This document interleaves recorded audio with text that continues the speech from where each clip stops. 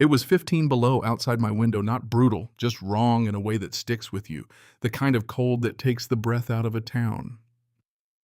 By 9 o'clock, my house learned what poverty of power sounds like. The furnace went silent, the thermostat stuttering like a heart skipping, and my breath fogging the living room like a cheap stage trick. I was 58 alone, wrapped in a coat in my own living room, watching the mercury crawl toward a number I remember from frigid job sites, and then I found out why. This wasn't a malfunction or a missed payment. Dolores Whitcraft, the HOA president, had personally called the gas company and ordered my service cut off. No warning, no knock. Just a smug email the next morning about rules protecting safety. What she didn't know was that before I retired, I spent 31 years as a pipe fitter. I knew every valve, every line, every shutoff on that shared system, including the one that controlled all 46 homes on our service road, and that was just the beginning of what I took from her. My name is Garrett Toiver. I spent 3 decades with Local 520 crawling through boiler rooms that felt like another climate altogether. So when Renata died in 2019 and the house in Youngstown became a gallery of grief, I sold up and bought a modest 2-bedroom in Maple Rest Estates. Quiet cul-de-sac, half-acre lot, a detached workshop in back where I'd put my tools and try to forget a little. Simple plan, except planned communities come with binders, and old binders tend to get read by the wrong hands. Dolores ran that binder like it was the Constitution. 63, formerly in county zoning, she moved through the neighborhood like a woman on loan from the courthouse clean white Buick, reading glasses on a beaded chain leather folder tucked under her arm. She had 2 allies, Prescott, the guy who agreed with everything because he'd learned not to argue, and Mary Beth, who had been on the board so long, she'd stopped asking questions and just voted yes.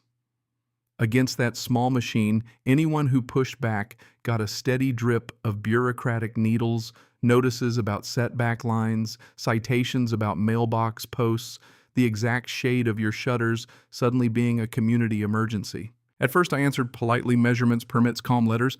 Dolores didn't want compliance. She wanted submission. Then she got greedy.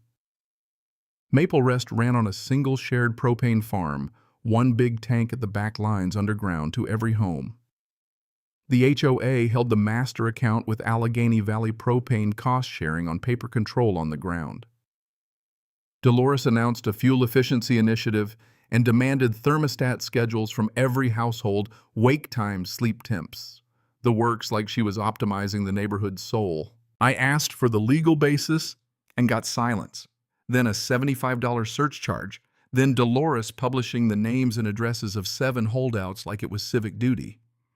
That was the day Petra Sunfist knocked on my door.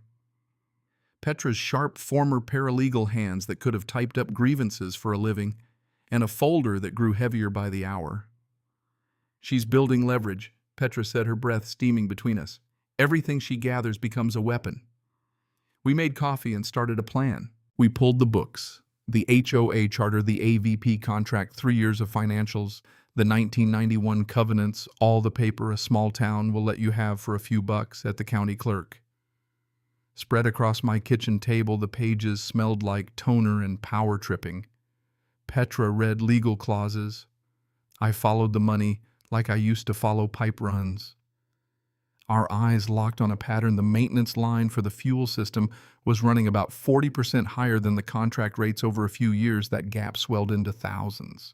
We hired Walt Brubaker, a CPA who knows HOA audits, and he delivered a number that knocked the wind out of both of us: $31,400. 4 years of money collected beyond what the AVP contract justified, flowing through vague line items and unexplained reserves authorized by the board's treasurer, Dolores. It smelled like theft inside a binder, and it stung worse because it was neighbors' money. Dolores escalated like someone who thinks procedure can hide anything. She filed a complaint about my workshop under a neighbor's name, had my 120-gallon backup tank red-tagged by calling it improperly permitted, and then on a bitter January night my furnace died. A VP told me the account had been flagged for service interruption at the account holder's request, the HOA. I slept in my truck that night, heater on classic rock on the radio, thinking about Renata and about the quiet ways power shows up in a small town. Then Petra found something else that changed everything. The master shutoff valve for the shared tank sits on a common parcel owned not by the board, but by every lot owner as an undivided interest under the 1991 covenants. The exact legal language Dolores used to justify controlling residents' heat was the same lever the neighborhood collectively held if only enough people knew. That said, we didn't rush. We gathered proof. Clifton Ashby, an HOA attorney. Petra found told us something stranger: the HOA had never properly incorporated with the state. For 30 years, they'd been collecting dues, signing contracts, and issuing fines as an entity that on paper with the state didn't exist. Fines issued by an organization that hasn't been legally formed might be uncollectible. Contracts could be voided. Suddenly, a pile of letters and small fines became a legal problem with teeth. Clifton's advice was plain: get a majority.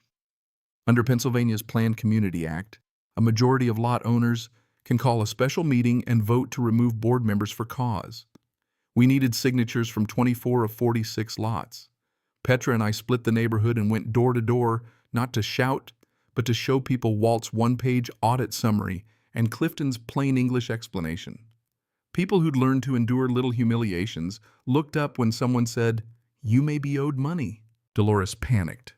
She called a secret board meeting and slid an emergency amendment under doors, changing petition thresholds to some bogus 75% supermajority. She printed flyers accusing Petra and me of hostile takeover. She tried to bury the story in procedure and smear. But she forgot the old rule about petty tyrants: they count on apathy.